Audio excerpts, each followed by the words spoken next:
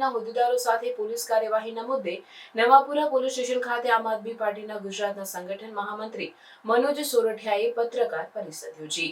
વડોદરા આમ આદમી પાર્ટી દ્વારા મહાનગરપાલિકા ખાતે શહેરની વિવિધ સમસ્યાઓને લઈને મેયરને આ અંગે રજૂઆત માટે આવ્યા હતા। આમ આદમી પાર્ટીના મોરચાને જોઈ પાલિકાની મુખ્ય કચેરીના દરવાજા બંધ કરી દેવામાં આવતા મહિલાઓ રણચંડી બનીને દરવાજા કૂદીને પાલિકા કચેરી તરફ દોડી પડી હતી।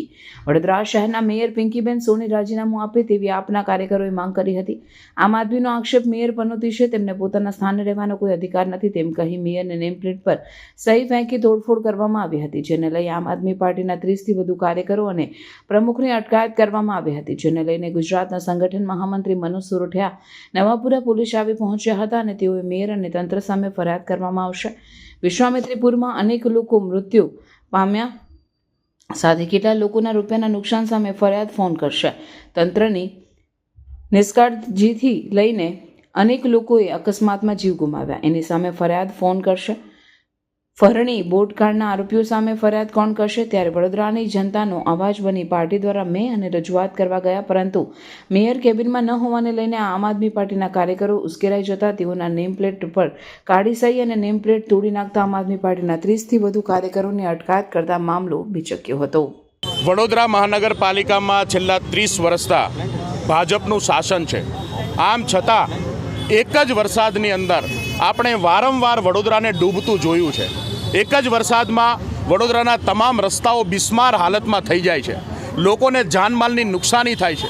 હમણાં થોડા દિવસ પહેલાં એક રિક્ષા ચાલકનું ખાડામાં પડી જવાથી મૃત્યુ થયું। ગયા વર્ષે દિવસો સુધી વડોદરા જે છે એ પાણીમાં અંદર ગરકાવ રહ્યું, લાખો કરોડોનું નુકસાન થયું।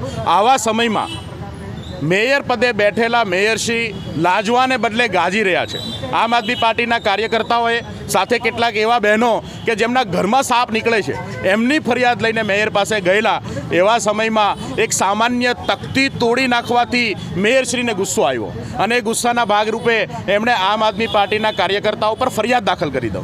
હું મેયરશ્રીને કહેવા માગું છું કે વડોદરાના કરોડો રૂપિયાનું જે નુકસાન થયું છે એના પર ફરિયાદ કોણ દાખલ કરશે? હમણાં જે લોકો મૃત્યુ પામ્યા છે એ બાબતે માનવ વધનો ગુનો નોંધવો જોઈએ, એની પાછળ જવાબદાર લોકો જેલમાં હોવા જોઈએ, એ ફરિયાદ કોણ નોંધશે? તમે તમારો ગુસ્સો આમ આદમી પાર્ટીના કાર્યકર્તાઓ પર કાઢો છો। આમ આદમી પાર્ટીના કાર્યકર્તાઓ બહાદુર કાર્યકર્તાઓ છે, એમને તમારી જેલ અને તમારા દંડાથી ડરતા નથી। વડોદરાના અવાજ માટે, વડોદરાના પ્રશ્નો માટે આમ આદમી પાર્ટી લડતી આવી છે ને લડતી રહેશે। આજે કાયદો અને વ્યવસ્થાની વ્યાખ્યા અલગ કરી દીધી છે।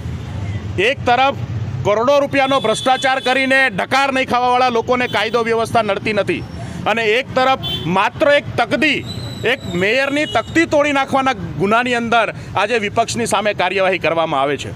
આ ગુજરાતની અંદર કાયદો વ્યવસ્થા જે છે એ કેટલાક લોકોની કઠપૂતળી બનીને આપણે સૌએ જોઈ છે, અને હું એવું માનું છું કે મને મારા કાર્યકર્તાઓ પર વિશ્વાસ છે અને પૂરેપૂરો ભરોસો છે કે એમણે જે રીતે વડોદરાનો અવાજ બનવાની કોશિશ કરી છે, એમણે જે રીતે વડોદરાના લોકોને, આ બહેરા મૂંગા લોકો સાંભળતા બંધ થઈ ગયા છે ત્યારે જે પડઘો પડવાની કોશિશ કરી છે એ બદલ એમને બિરદાવવા જોઈએ। આ કાયદો અને વ્યવસ્થા સરકાર જે છે એ પોતાની પાસે રાખે। આમ આદમી પાર્ટી આ લોકોથી ડરતી નથી। તમારી જેલ શું ફાંસીના માચડા પર ચડાવી દો, વડોદરાના પ્રશ્નો માટે આમ આદમી પાર્ટી હંમેશા બોલતી રહેશે।